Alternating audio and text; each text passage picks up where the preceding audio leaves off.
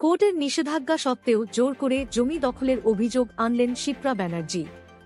কলকাতার ৫ নম্বর বি.কে. পাল এভিনিউর জমিকে ঘিরে যাবতীয় সমস্যা। বর্তমান জমির মালিক তার দিদি উষা দাস। এটা একটা খেগ প্রপার্টি। হাইকোর্ট এই জমিটা উষা দাসের নামে নথিভুক্ত করা সত্ত্বেও জনৈক কমল নারায়ণ মিশ্রা এই জমির অধিকার নেবার জন্য নানাভাবে চেষ্টা করছেন। তিনি একটা মিথ্যা গিফট ডিড তৈরি করেছেন।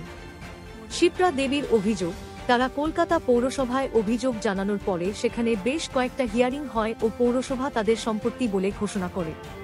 তারা সেই অনুযায়ী মিউটেশন করে, কিন্তু এরই মধ্যে সেই জমি কোনো ভুল তথ্যর ভিত্তিতে কমল নারায়ণ মিশ্রা আবার মিউটেশন করায়।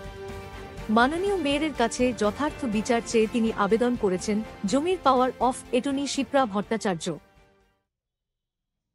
আমার জমি ৫ নম্বর বি.কে. পাল এভিনিউ ৫ নম্বর বি.কে. পাল এভিনিউ জমির বর্তমান মালিক ডক্টর তারকচন্দ্র দাসের একমাত্র ওয়ারিশ উষা দাস। এখন এই জমির ৩ বার হিয়ারিং হলো, তারপর আমাদের মিউটেশন হয়ে গেল।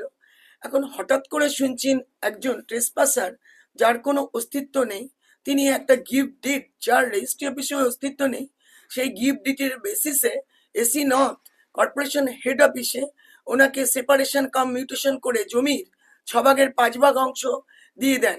১ ভাগ অংশ আমার দিদি উষা দাসের ভাগে আছে। আমি এই জমির রেজিস্টার্ড পাওয়ার অফ অ্যাটর্নি, কারণ আমার দিদি 81 is beyond capacity of working. For this purpose, I used to do this work and maintain this work. কিন্তু আমার একটাই কথা, এই কমল নারায়ণ মিশ্রা কি করে এই জমির কর্পোরেশন থেকে সেপারেশন কাম মিউটেশন করলেন এবং সেই মিউটেশন দিয়ে বোরো 2-তে গিয়ে উনি বিল্ডিং ডিপার্টমেন্টে প্ল্যানও পাস করে নিলেন। এখন উনি বাড়ি করার মতন ওনার মেন্টালিটি উনি প্রসেস করেছিলেন।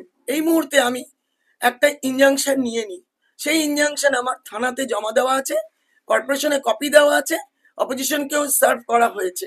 আমি এর মেয়রের কাছে আবেদন, এর জমির এই যে আমার দুর্নীতিমূলক আচরণ করা হয়েছে, আমি এর যথার্থ বিচার চেয়ে আমার যেন প্রাপ্য জমি আমি ফেরত পাই।